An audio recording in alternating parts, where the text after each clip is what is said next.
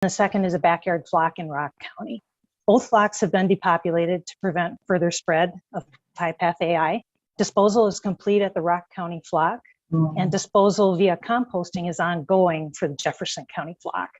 We're also increasing surveillance for high-path AI in those two areas by contacting flock owners in those areas and about asking about the health status of the birds. Commercial flocks in those two areas are also doing increased testing for high-path AI. Want to also mention that Wisconsin DACCAP and USDA APHIS Veterinary Services are working together in Wisconsin on a joint response to this high-path avian influenza. DACCAP and USDA are also working with partners in our other state agencies, local agencies, and also working closely, of course, with the flock owners themselves. I also want to mention DACCAP does continue to update our website as we have new information to share. We have a page dedicated to the high-path AI response with new information as we get it and with updated FAQs. And we're especially urging poultry flock owners throughout the state to visit our website for additional biosecurity information. And biosecurity includes watching your birds closely for any signs of illness, washing your hands frequently when handling birds, and cleaning and disinfecting cages and equipment frequently. Also, it's important to keep domestic birds in areas to prevent contact with wild birds or their droppings. And we also just want to encourage poultry and bird owners to contact DACCAP if they notice any signs of high-path avian influenza, and also to be sure to contact us with any questions or concerns. And that contact information is also on our website. With that, I'll turn it back over to Kevin. Yep, thank you, Dr. Conkle. With that, we'll go ahead and open it up to anybody who has questions. We do have some of our partners here who are kind enough to join us today. From the Department of Natural Resources, we have Natasha Gwitt, who is a field operations coordinator, and Dr. Lindsay Long, who is a wildlife veterinarian. And from the Department of Health Services, we have Tom Haupt, who is a respiratory disease epidemiologist. If you do have a question, if you could go ahead and just raise your hand. You can also go ahead and drop it in the chat. And if you could, I see some names there that aren't identified. If you could just identify yourself on your chat name so we know who we're getting the question from. Okay, we'll go ahead and start with Lynn Grooms. Hi, this is Lynn Grooms from AgriView. Dr. Conkle, if the influenza is carried by wild birds, how can birds in confinement become ill? Birds in confinement, we think, are becoming ill because many of them are raised in small flocks in people's backyards, and we have a high number of migrating waterfowl moving through Wisconsin at this time of year. For the birds that are raised in commercial flocks, there's also potential for contact. Now, these commercial flocks have biosecurity plans in place to try to prevent that, but there still is enough movement of people, equipment on and off of these premises that there's always a chance of basically tracking in the virus with some of that movement. And again, the biosecurity is a big concern for these flocks, and they are working hard to prevent the disease from coming in. Thank you. Kent Wayne Scott. I thank you for doing this. I'm curious about a couple of things. The first is, because, just to kind of follow up on the previous question, because it's been identified in wild birds, how likely is it that there will be other outbreaks? And also, for the people who live in the area where the composting is happening in Jefferson County, I know many of them have begun water testing of their wells. How much of a concern is groundwater contamination and well contamination? Okay, I'll answer the first question first about potential for other detections in Wisconsin. We're definitely all on high alert. As I mentioned, these wild birds are migrating through, and we know that'll continue to happen over the coming weeks. So again, we just want everybody with birds, with poultry, to be aware of high-path avian influenza, to be watching their birds carefully, and to contact us as soon as they see anything out of the ordinary or if they have questions. So we want people to practice good biosecurity and detect it early. As far as any groundwater contamination, as you noted, we are composting the disposal of the depopulated birds from the Jefferson County facility on a nearby land that's owned by the same owner of the flock. And we've taken a lot of care and a lot of collaboration with our partners at Wisconsin DNR and at USDA to make sure that composting goes smoothly and that we're using all of their expertise. So for particular questions about groundwater, I'll pass you along to Natasha from Wisconsin DNR to answer those in more detail if you'd like. Sure. Hi, this is Natasha Gwitt. I guess just related to the groundwater, I don't know if you had a follow-up question, Kent, on the specifics of what you were interested in for the groundwater, but I'll just tell you a little bit about the composting and then we can, rebound on that. So right now, the composting site is sited at a location, as Dr. Conkle stated, that fits our setting requirements for a composting site. So things that we look for is distances from those private wells or any sort of wells, distances from, water bodies, distances, we want to make sure that's safe. But the way that we are utilizing the compost on the site is we really shouldn't have any water that is coming off the site. So I'll just kind of lay it out a little bit. The compost itself, there's about 14 inches of material that's laid out, like a carbon material, woody vegetation material. And then on top of that, there is a mix of the bird carcasses that are mixed with some sawdust, some other material. So it's a little bit of a mixture in there. And then over top of that is a whole nother at least foot of that carbon woody material, kind of like a mulch almost. And so it really encapsulates the bird carcasses inside of that compost site. We won't get, and we don't want to get any sort of runoff or water or any leaching coming out of those compost piles. That woody material should absorb that. So there is no runoff. Any water that would come in contact with the birds would be fixed on site. The goal is never to have contact with any water or rainwater with any birds on site. It would all be encapsulated. And as the inside of that pile heats up, we try to get it to an appropriate temperature between 130 and 165 degrees, kind of creates a crust of material, kind of like a dome outside of it. And so inside it gets really warm. And then what happens is if any rainwater comes out, it runs off of that clean material that's on the top. So any runoff that's coming off of the site would become from like a cleaner material. There shouldn't be any water that should be leaching out or coming out of any of the compost itself. Does that answer your groundwater question? I think it does. I mean, the concern is from people who live near that site who say they're worried about their wells, their drinking water, whether there's going to be any contamination over a longer period of time. Absolutely. And that's for any private well owner, that is always something that they should be interested in monitoring. And through our partners at DHS, we have worked with some of the private well owners to provide them some kits and some parameters of which they should always look for. Some of those are just olfactory things. Watch your water on a regular basis. Does it have a change in odor or color? Or are you seeing any sediment coming through?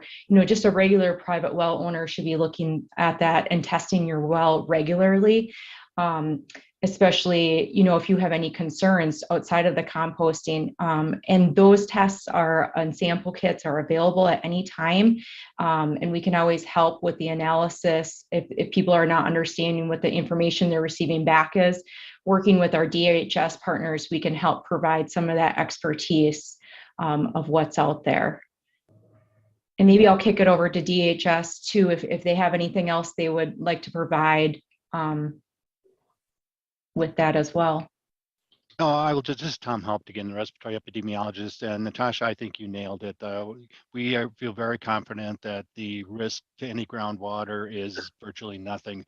We have a lot of confidence and know how about DNR put the compost piles together, all of the steps they took to identify proper compost areas. We're very confident that we're going to be safe.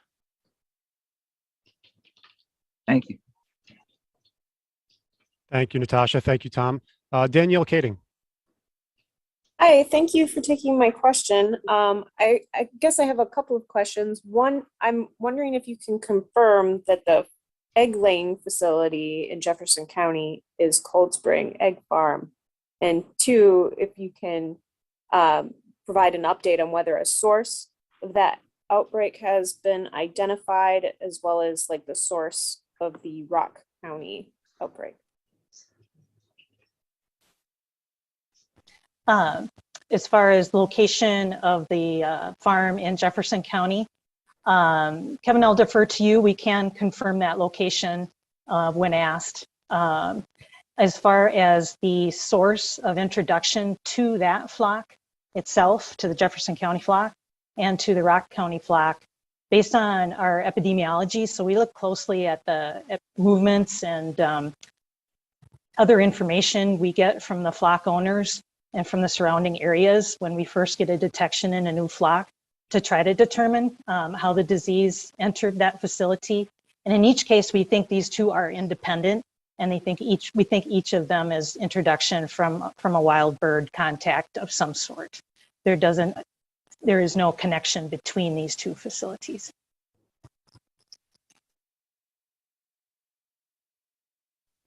Thank you. Lynn Grooms? Or is your hand still up Oh, on the first sorry. one? I'm sorry, I have another question. How long before the commercial poultry operation in Jefferson can begin restoring or restocking after the outbreak? And restocking after detection is a process. So there are several steps involved between now and when that facility will be able to restock and get off quarantine as the facility. First, we're going to have to finish the composting operation. So finish the movement of the mortalities to the composting site and get that compost material capped, as Natasha described.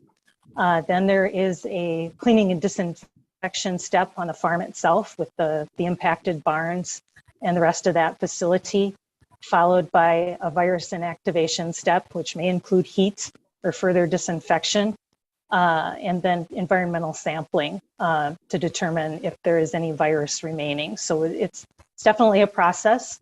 I don't have a specific endpoint in mind right now because we do have several steps to go.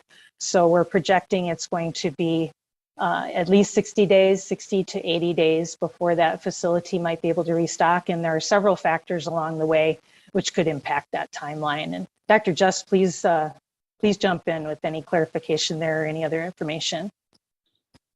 Thanks, Dr. Conkle. I think you hit it just right. There is several steps in the process and a lot of variables within each of those steps. So the timeline, I think, at least the estimate that you put out there, I think is appropriate.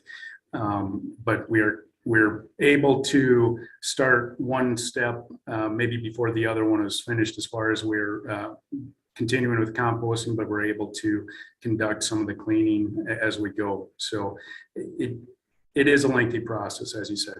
Thanks. Thank you.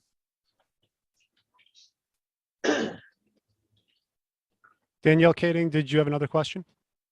I do. I was wondering if there's anything more that you can tell us about other facilities that are currently undergoing testing or are doing monitoring. Like, do you have a number of facilities that are being monitored and where they are? And we have what's called a control area around the Jefferson County infected flock. So that is a 10-kilometer radius basically around that flock, where we've contacted all the poultry owners in our premises registration system and asked them to monitor their birds closely. For any commercial farms within that area, they are doing additional testing, at least 2 rounds of testing to determine that they're free.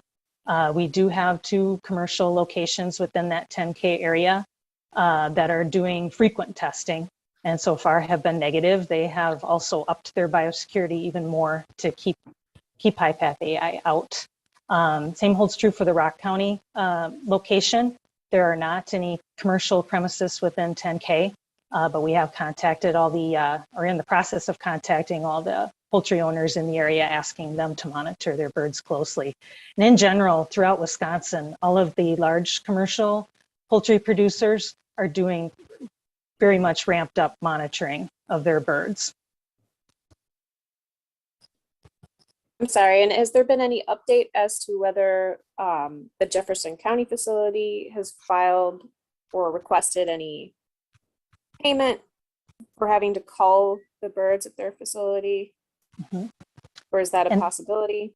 Yes, definitely a possibility for an infected flock. There is federal indemnity available, which covers the fair market value of the birds that are depopulated. And there's also reimbursement available for some of the activities necessary to control the disease on that premises. So I'll turn it over to Dr. Steve Just for additional details on that process. Yes, thank you. That sums it up pretty well. Again, we do pay indemnity for the birds as well as, in this case, the eggs, and then the activities for cleaning and disinfecting of the premises. Do you happen to have an estimate on how much that might be?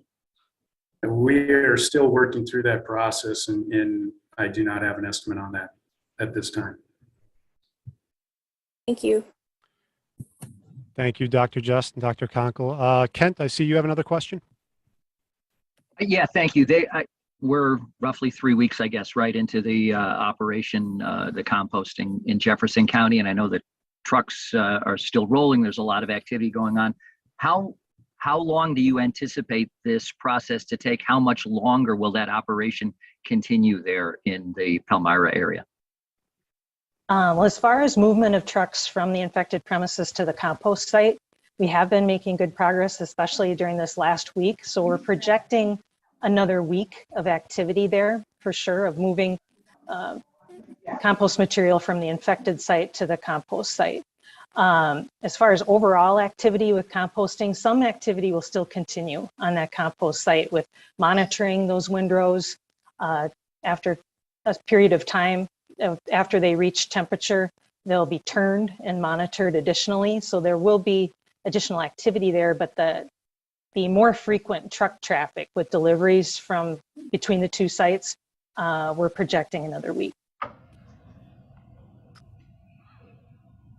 Thank you, Dr. Conkle. I don't see anybody else with their hand raised or comment in the chat. There's Danielle Kading. You have another question?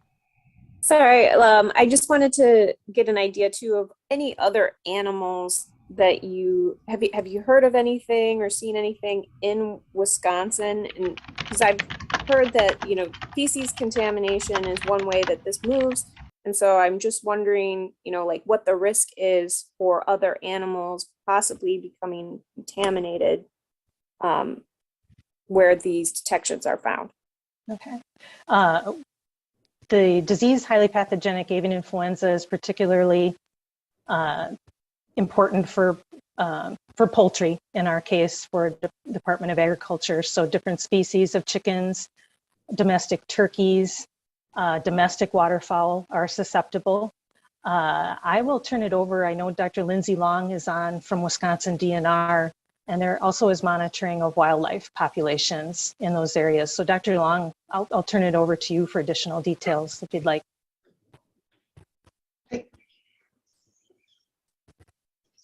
Thanks, Darlene. We specifically monitor waterfowl and water birds especially, as well as a number of our raptor and scavenging birds who might consume infected waterfowl or water birds. So we do have a list of species that we have detected this strain of HPAI on our website. Right now, we're at 6 different species, but it's all avian species at this point as well, in the waterfowl and raptor groups. And I can follow up a little bit too, as far as other species. Definitely avian species are a concern.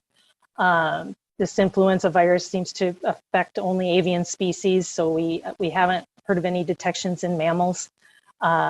So far, we don't have any indication that this particular virus is a threat to people, to the human population. But Division of Public Health is helping us to monitor responders, and we have not seen any concern in Wisconsin or elsewhere in the US that this disease is a threat to people. So Tom Hopt, if you have anything else you'd like to add there, please go ahead.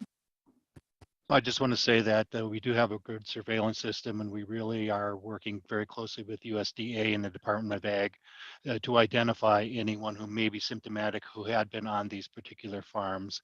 We have a very low threshold of symptoms that we will test for, not your typical influenza, which would be a high fever, cough, sore throat. It could be as simple as having conjunctivitis or an eye infection, diarrhea, things like that. I mean, as I said, we have a very low threshold for symptomology that we test for. So far, we have tested several people and they have all been negative for everything, including avian influenza.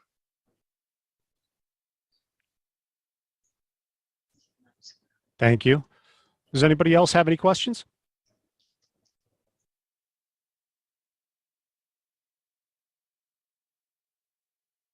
Hey, Okay. it's Kent Oh. Wainscott. Just real quickly, Tom, you said you've tested several people. Who are these people? Were they the employees who are working this These are operation? people who are actually did have Kent, that were on the farm in the area where they had the infected birds or the environment, who had, again, very mild symptoms, but we worked very hard with the local health departments to get those specimens collected as quickly as possible. They're sent to the state lab and they're put at the top of the queue where they are tested immediately. We actually had test results back in several cases within 12 hours. And again, it was all was negative, so we're very happy with that. Thanks. Okay. Seeing no other hands or questions, so we'll go ahead and wrap it up. Just a couple other things. Please make sure to sign up for our email updates. We are continuing to send out updates as soon as we get them, as well as watching our HiPath AI webpage on the DACAP website. Also, some reporting information if for anybody out there who does suspect that they may have a sick bird or sees a sick bird, they can call 608-224-4872. We also take emails at our inbox at dacapanimalimports@wisconsin.gov. Just for public information purposes, we do have the avian influenza response line that you can leave a voicemail to, and we respond to all those within 24 hours. That number is 608-224-4902. Thank you very much, everybody. Kevin, you going to send out a link to your recording of this? Yes, I will. Okay. I'm sorry, who just, oh, Kent, that was you. Okay, yes, I'll make sure to get that to you. Thank you. Thank you. Recording stopped.